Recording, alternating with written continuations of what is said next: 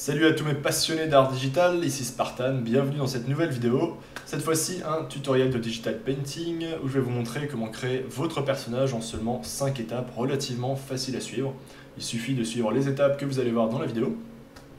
Vous allez donc voir comment j'ai créé en fait Leonardus, donc en direct lorsque je l'ai créé il y a quelques semaines de ça. Oui, effectivement Leonardus, oui, on peut dire que c'est un petit peu comme si tu voyais ta naissance, ouais. Bah, c'est comme si moi, je voyais le moment où j'étais né.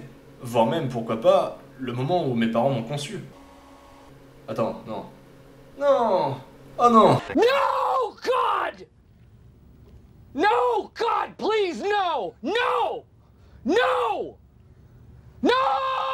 Non, revenons-en au tutoriel. Je profite de cette introduction pour vous dire que vous avez accès au PSD de ce tutoriel de Leonardus, si vous le souhaitez. Je vous le conseille étant donné que ça peut être vraiment intéressant d'avoir les calques sous les yeux en même temps que vous suivez la vidéo. Voilà, donc vous avez le lien de téléchargement juste en dessous. Sachez qu'il est mis en vente à 3 €. Une modeste somme plutôt symbolique que pour devenir riche. C'est plus pour vous laisser en fait la possibilité, si vous en avez envie de me remercier pour le tutoriel. Voilà, c'est 3 €, ça me paye un café. Et en plus de ça, voilà, vous avez droit au PSD. C'est toujours mieux pour apprendre. Voilà, fin de l'introduction chiante, place au tutoriel et à plus tard. Salut! Alors, c'est parti pour ce personnage. Donc je commence sur un nouveau document par créer un calque et je teste rapidement quel brush je vais choisir. Donc ne vous préoccupez pas trop de ça. Toujours sur ce même calque, vous voyez que j'ai fait un simple dégradé. C'est tout simplement pour ne pas commencer sur un fond blanc. Voilà, tout bêtement. J'agrandis un petit peu mon document pour avoir un peu plus de place pour mon croquis. Et donc sur un nouveau calque, en mode normal, opacité 100%, je commence à dessiner mon personnage. Voilà, tout simplement, je pris une couleur gris foncé ou noir pour le croquis, et je commence à dessiner par-dessus. Voilà, donc là j'accélère un petit peu la vitesse, pour pas que vous vous ennuyiez à mourir. Donc là vous voyez que je baisse l'opacité de mon brush à 40%. Le flux, lui, est toujours à 100%. Donc là, j'ai pas de conseil particulier à vous donner à cette étape. Hein. C'est vraiment du dessin bête et méchant. Vous prenez le brush avec lequel vous êtes le plus à l'aise pour faire du croquis. Moi, j'ai pris tout bêtement, je pense que c'est le brush de base. Hein. Un brush rond. Voilà, l'opacité à 40% et c'est parti. Alors pour la petite histoire, j'avais d'abord fait quelques croquis très rapides au crayon de papier, dans un petit calepin, un petit carnet de croquis. Donc j'avais une vague idée de ce que je voulais faire, mais sans plus. Et donc j'ai attaqué là sur Photoshop comme vous le voyez. Je continue à dessiner, voilà, j'agrandis un petit peu les cornes, je redéfinis les formes. À ce stade, ce qui est vraiment très important de faire, c'est de penser à la fois au design du personnage, bien entendu, donc son apparence, mais commencer vraiment par les choses les plus basiques, c'est-à-dire d'abord, est-ce que sa silhouette est intéressante? Est-ce que les formes qui le composent sont intéressantes? Par exemple, moi j'ai fait le choix d'avoir une espèce de personnage en forme de patate. Oui, désolé, je sais, ça fait pas plaisir à entendre. Une espèce de patate avec deux jambes de poulet. Je vois pas trop comment décrire ce personnage autrement. Voilà, deux cornes, un air blasé. Donc voilà, c'est vraiment à cette étape-là que vous allez faire les choix artistiques de votre personnage. Donc voilà, réfléchissez un petit peu au background du personnage, quel est son caractère, d'où est-ce qu'il vient, pourquoi est-ce qu'il a cette apparence, pourquoi est-ce qu'il fait ça, etc. etc. J'en reviens maintenant à l'aspect technique. Vous voyez maintenant que mon croquis initial est à peu près bon, je pense que je suis assez satisfait à ce stade-là de l'apparence de mon personnage. Et c'est assez intéressant de noter ce que je fais maintenant. Je place en fait un repère au milieu de mon image, tout simplement pour vérifier qu'il est bien symétrique, parce qu'on ne sait jamais, hein, on a vite fait de faire une jambe trop courte, une autre trop longue, un œil qui est trop espacé, etc., etc. Donc c'est à la fois pour vérifier qu'il est relativement symétrique, mais aussi pour être sûr qu'il a bon équilibre sur ses pieds, entre autres, parce que, voilà, comme je l'ai dit, il peut avoir une jambe plus courte, plus de poids du côté gauche, si maintenant ma forme n'est pas régulière, donc voilà, il faut qu'il arrive à tenir sur ses deux jambes, qu'il ait de la stabilité, etc. Donc pensez aussi à ce genre de détails pour pas avoir des personnages qui vont se retrouver bossus, de travers, etc. Donc de même que l'astuce de faire le repère au centre, je vous donne la petite astuce, vous l'avez peut-être déjà vu plusieurs fois depuis le début de la vidéo, du flip horizontal. Voilà, donc ça je l'ai fait plein de fois, voilà, tout le temps. Donc ça permet tout le temps de vérifier les erreurs s'il y en a dans son painting. Ensuite, là vous voyez que je suis passé à l'étape suivante. Donc étape numéro 2, faire une line propre. Donc là je reste toujours sur le même calque, même brush, etc. Même histoire. Et en fait je vais juste nettoyer ma première line, comme on appelle ça. Donc je repasse bêtement dessus, je gomme tout ce qu'il ne faut pas, tout ce que je n'ai pas envie de garder, etc. Donc là, l'objectif c'est vraiment qu'à ce stade, vous ayez, enfin à la fin de cette étape, un croquis propre, efficace, que vous allez garder jusqu'au bout. Donc là, vous avez déjà vu le résultat final de ce cher Leonardus, pardon. Alors excuse-moi. Donc vous avez vu que là, entre ce croquis, là où on en est maintenant, et la version finale, quasiment tout y est déjà au niveau du design. Tout le design, l'apparence, etc., tout est déjà là. Tout est dans ces grandes lignes. Donc comme vous pouvez le voir, c'est d'ailleurs relativement facile à faire. Là, à ce stade, il n'y a pas de secret, hein, c'est vraiment de la 2D assez bête, assez basique, un simple croquis de personnage, donc c'est vraiment à la hauteur de tout le monde. Tout le monde peut y arriver. Voilà, donc je continue encore à repasser un petit peu partout, je détaille, je nettoie ma line. Alors une dernière petite note sur cette étape. Vous voyez qu'en fait je suis toujours sur de la 2D pure et dure, hein, c'est relativement simple, il n'y a pas encore de mise en relief, de volume, etc. Mais néanmoins, je réfléchis déjà en 3D dans ma tête. C'est-à-dire que, notamment lorsque par exemple je fais les cornes ou encore la queue, je réfléchis déjà à la forme et au volume qu'ont les différentes parties du corps de mon personnage. Pour éviter d'avoir un côté cartoon totalement plat. Après, allez-y si c'est le style que vous recherchez. Allez-y complètement, mais moi je sais que je voulais un style cartoonesque un peu réaliste quand même, avec un petit peu voilà, de volume, des ombres, des lumières, etc. C'est d'ailleurs assez intéressant comme challenge pour moi parce que c'est pas du tout mon style, hein, c'est vraiment la première fois que je fais un personnage dans ce genre-là, notamment un petit peu voilà, un côté un peu cartoon, pas du tout réaliste, alors que d'habitude je suis justement dans un style plutôt réaliste, ceux qui me suivent le savent bien. Donc voilà, la preuve que j'ai réussi, c'est que tout le monde peut y arriver. C'est vraiment une méthodologie facile à suivre. Donc là, dernier petit ajustement sur les pieds, que j'agrandis un petit peu parce que sinon notre pauvre personnage va s'effondrer sous le poids de son propre ventre, assez énorme. Voilà, je nettoie tout ça. Et là, on va passer maintenant à la troisième étape. Donc sur un nouveau calque que je place juste en dessous de mon croquis, je vais en fait remplir la forme de mon personnage. Donc là vous voyez que je prends une couleur de base et je remplis intégralement mon personnage. J'accélère un petit peu. Donc soignez vraiment cette étape parce que comme vous allez le voir, ce calque de base va vous servir jusqu'au bout. Puisqu'en fait on va dessiner dedans pour l'instant, peu importe la couleur que vous choisissez à ce stade-là, puisqu'en fait on va la changer plus tard. Là ce qui nous intéresse c'est vraiment de dessiner chaque pixel contenu dans le personnage. Pour ensuite pouvoir dessiner par-dessus sur ce calque sans se préoccuper de dépasser ou non parce que voilà, c'est juste la silhouette qui nous intéresse à ce stade. Donc là je renomme mes calques pour garder mon document propre et je verrouille les pixels de mon calque. Ça c'est assez intéressant, donc vous avez vu j'ai cliqué sur la petite icône de verrou, pardon. Ça me permet justement de pouvoir dessiner à ma volonté, à ma guise sur ce calque et de pouvoir dépasser autant que je veux. N'importe lequel de mes coups de broche ne dépassera pas de mon personnage. Donc c'est vraiment ça l'avantage. Vous voyez que là je mets des coups de pinceau et ça ne dessine que dans mon calque de base. J'ai d'ailleurs créé un nouveau calque par-dessus, donc puisque je ne suis pas sûr des modifications que je suis en train de faire, je ne sais pas si je vais garder tout ça, donc j'ai décidé de les faire sur un nouveau calque, et pour ne pas dépasser encore une fois de mon personnage, j'ai mis ce calque en écrêtage. Donc il suffit de faire Alt plus clic entre les deux calques, et voilà, tout ce que vous allez dessiner sur ce calque ne dépassera pas des pixels du calque du dessous. Voilà, donc comme vous le voyez, c'est vraiment à cette étape-là, sur ce calque de base, que je vais maintenant choisir mes couleurs de mon personnage. Voilà, je sais que je vais faire son petit ventre jaune, le bout de ses membres plus foncés, donc les mains et les pattes.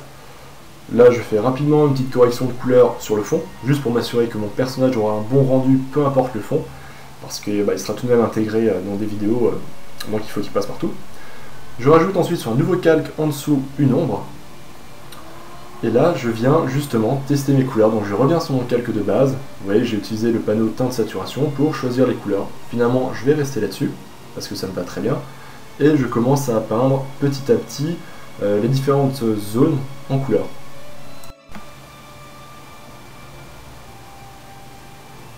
Donc je commence par attaquer un petit peu le volume du ventre et du visage, parce que je sais que je vais choisir une lumière qui va être située face à lui, au-dessus de lui. Donc pensez toujours à où est-ce que vous allez placer votre lumière dans la scène, puisque ça va forcément influer sur les ombres et les lumières de vos objets. Je lui fais des petites cornes roses un peu fashion, parce que je sais qu'il aime bien.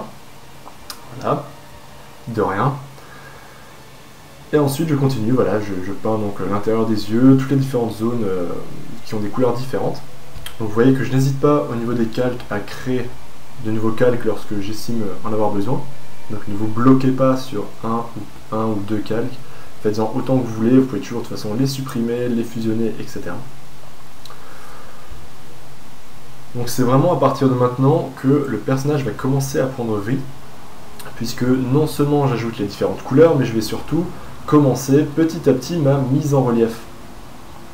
Voilà, donc là vous voyez que je commence par exemple à placer les ombres, donc sur les parties forcément où il y aura le moins de lumière, donc le bas du corps, les parties les plus vers l'arrière. Ah, admirez cet air blasé. Notre petit Leonardus commence vraiment à prendre vie. Oui, oui mon cher. Voilà, à partir d'ici, je continue tout simplement à poser la base des volumes, des ombres et les quelques premiers détails.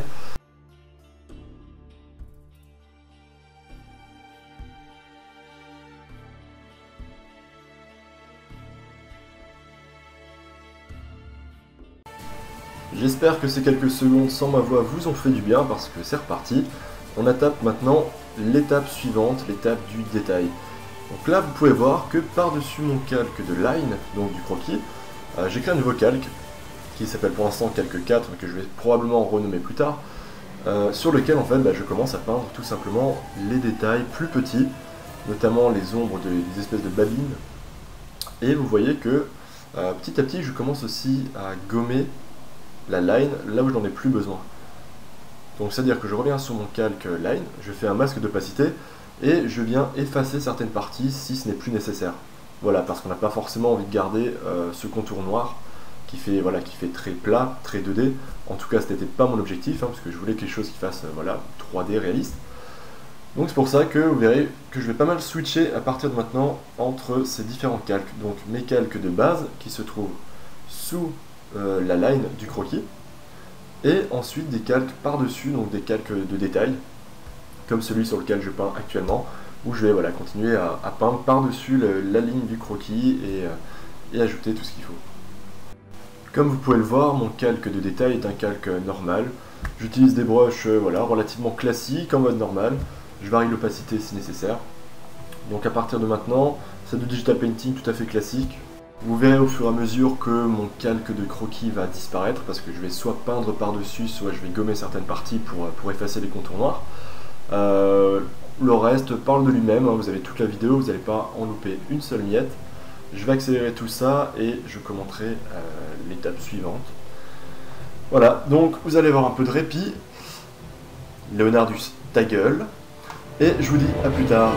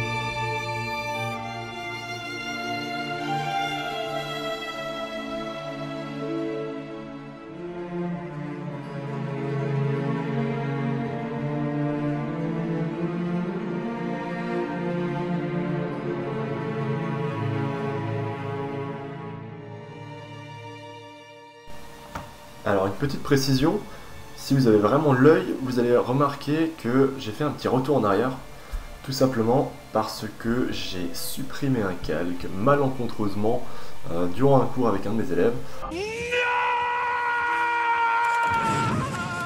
Donc j'ai dû redessiner certaines parties, notamment les cornes que j'avais terminées et que j'ai dû redessiner de zéro, le contour des yeux et pas mal d'autres détails. Donc voilà, morale de l'histoire, ne faites jamais de CTRL S trop rapidement, sinon vous allez vous en mordre les doigts.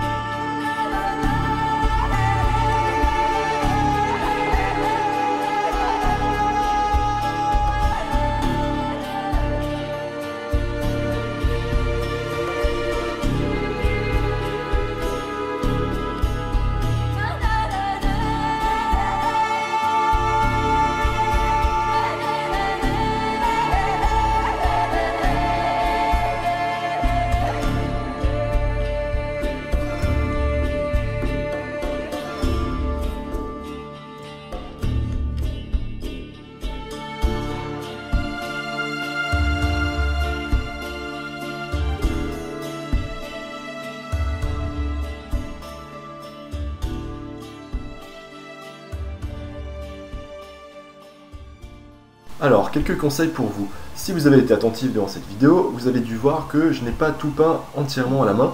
J'ai été malin, en fait il y a certaines parties qui sont symétriques, notamment les mains, les pieds, les yeux, que je ne me suis pas amusé à peindre 2 fois. Je ne l'ai peint qu'une seule fois, comme vous le voyez là en ce moment même avec les pieds. Je les ai peints, détaillés, et ensuite j'ai dupliqué la partie que j'avais déjà faite, donc ici le pied. Je l'ai dupliqué, j'ai fait une homothétie horizontale et je l'ai placé de l'autre côté du corps. Voilà, donc c'est une petite astuce pour gagner du temps.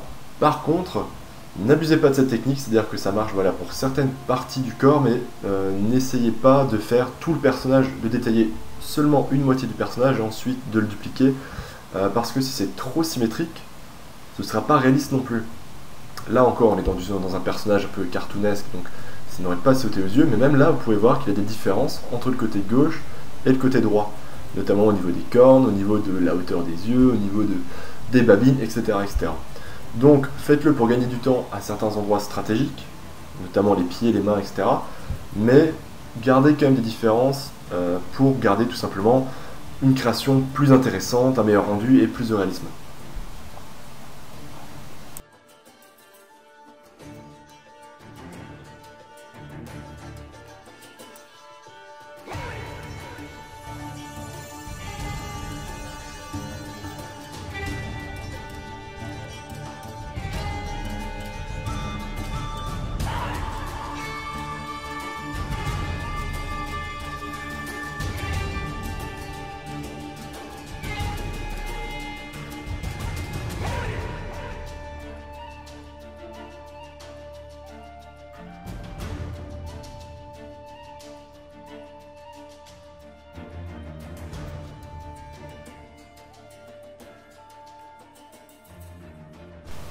Alors, ici, je vais ralentir un petit peu parce que je me suis arrêté de détailler et j'ai attaqué une nouvelle étape, donc quasiment la dernière étape pour créer un personnage intéressant.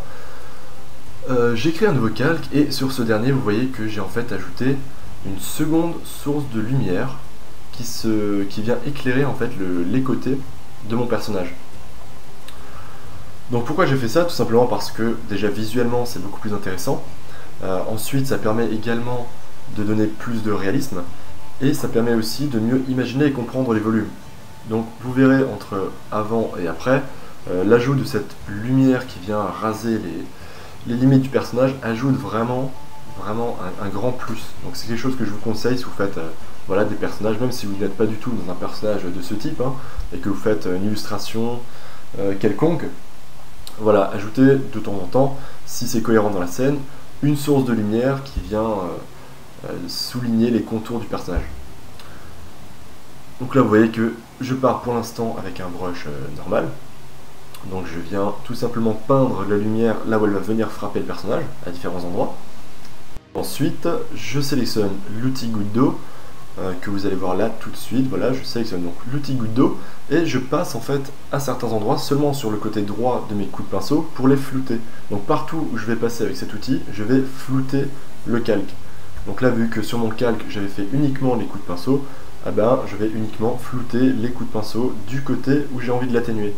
Donc vous voyez que en l'espace de quelques secondes, j'ai vraiment un très bon rendu, puisque ça m'évite voilà, d'avoir besoin de prendre des brushes à dureté 0, de passer, repasser, gommer, etc. Voilà, je passe quelques coups avec cet outil et ça me floute les contours. Donc c'est vraiment très bien dans le cas justement de lumière rasante comme ça, lorsque ça fait vraiment ce qu'on appelle une rim light, donc un contour lumineux. Donc c'est le petit détail voilà, qui permet d'affiner le rendu. Et vous allez voir que d'ailleurs je ne vais pas m'en priver, hein, je vais utiliser cette technique également pour l'autre côté, puisque je vais aussi ajouter cette même source lumineuse du côté droit de Leonardus. Et voilà, donc petite astuce à connaître, voilà, vous pouvez flouter et améliorer le rendu avec l'outil goutte d'eau. Vous voyez qu'ensuite je reprends un brush normal, classique, et je commence à peindre des détails, justement de la même couleur que cette source de lumière, notamment au niveau des cornes et de la limite de la peau. Je vais encore en rajouter plus tard, si vous êtes attentif, vous le verrez.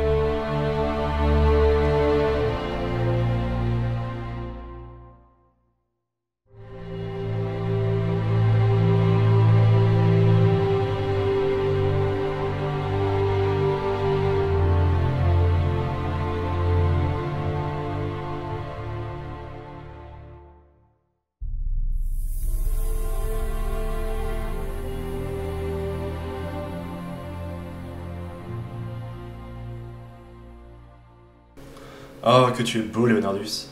Si, vraiment, je suis fier de t'avoir créé. Ceci marque la fin de ce tutoriel. J'espère que vous avez pris du plaisir à le regarder autant que moi à le faire. J'espère que vous avez bien entendu appris des choses. Et si jamais vous créez vos propres personnages, je vous invite à les partager en commentaire. Ça me ferait vraiment plaisir de les voir. Je profite de la fin de cette vidéo pour vous rediriger vers ma page Facebook personnelle, celle de mes créations, juste ici. Donc Spartan Digital Art. Vous verrez notamment voilà, des teasers de mes prochains paintings, prochaines créations, avec pas mal d'infos, voilà, un petit peu plus d'actu, un peu plus fraîche. Suite à ça, je ne peux que vous encourager comme toujours à vous abonner à la chaîne, à partager cette vidéo auprès de vos amis, voilà, ce sont autant de façons de montrer votre soutien et de m'encourager à faire d'autres vidéos comme ça. Donc je vous remercie vraiment, vous êtes de plus en plus nombreux à me suivre, et je vous dis à très vite pour une prochaine vidéo. Allez, salut!